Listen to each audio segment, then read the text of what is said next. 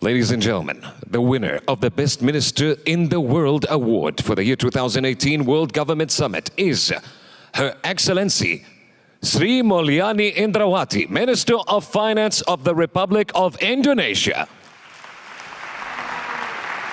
Her Excellency has spearheaded the efforts with her team at the Ministry of Finance of Indonesia to fight corruption and increase transparency in government. And also under her mandate, Indonesia achieved tangible results in reducing poverty, improving the standard of living, reducing public debt, and boosting transparency of public transactions.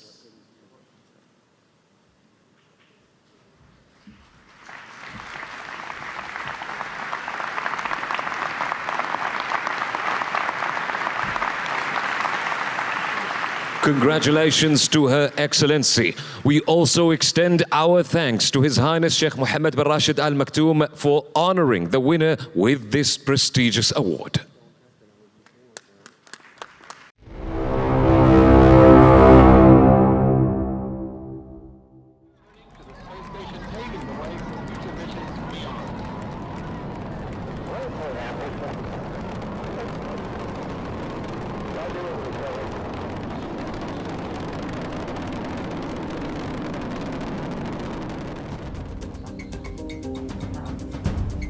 Taufik Kahfi Hardiansyah merupakan salah satu warga yang kehilangan pekerjaan akibat pandemi COVID-19. Selama 9 tahun, Taufik bekerja di salah satu pabrik kain di kota Bandung. Namun hantaman pandemi membuat pabrik tempatnya bekerja berhenti berproduksi. Ia pun kehilangan mata pencaharian. Ayah dari 2 anak ini mengaku kesulitan memenuhi kebutuhan keluarga. Ia sudah mencoba melamar pekerjaan ke berbagai tempat, namun belum membuahkan hasil.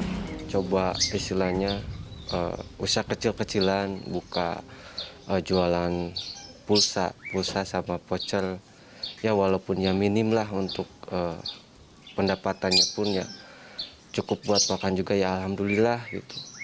Ya selebihnya ya untuk itu cari lebihnya ya ada yang suruh untuk kuli kuli ngakutin apa, kayak kalau di sini ngakutin kayak pasir ya saya ambil lah. Hal senada dirasakan Fazri Gumelar. Warga desa Pasanggerahan Ujung Berung ini harus kehilangan pekerjaan di salah satu anak perusahaan BUMN di kota Bandung. Saat ini, Fazri hanya bisa terus berusaha mencari pekerjaan baru agar bisa kembali mempunyai penghasilan. Kalau mau berdagang soal sampingan kayak gitu, kayaknya susah juga. Malah yang usaha gitu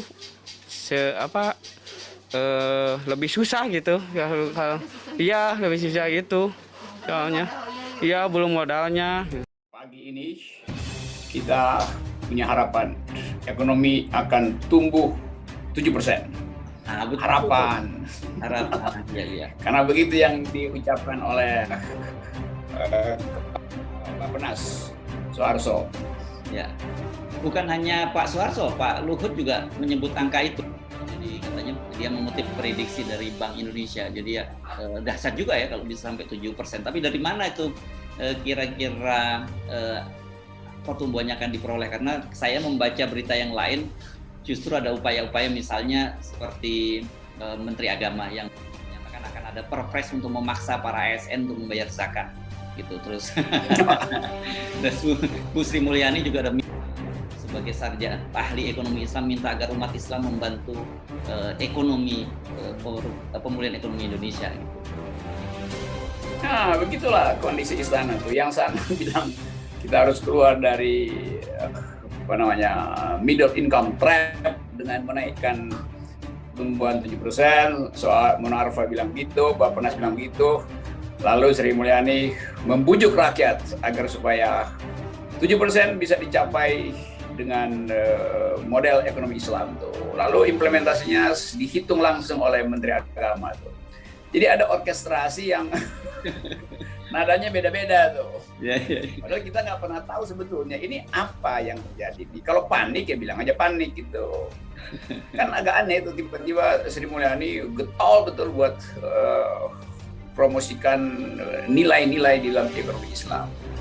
Padahal kita tahu Omnibus Law itu dasarnya bukan ekonomi Islam, tetapi pemihakan pada prinsip akumulasi itu. Ekonomi Islam itu kan prinsipnya distribusi itu dan alokasi yang tepat. Jadi terlihat bahwa ini paradigma di dalam pemerintahan Jokowi itu saling tabrakan atau penuh dengan paradoks.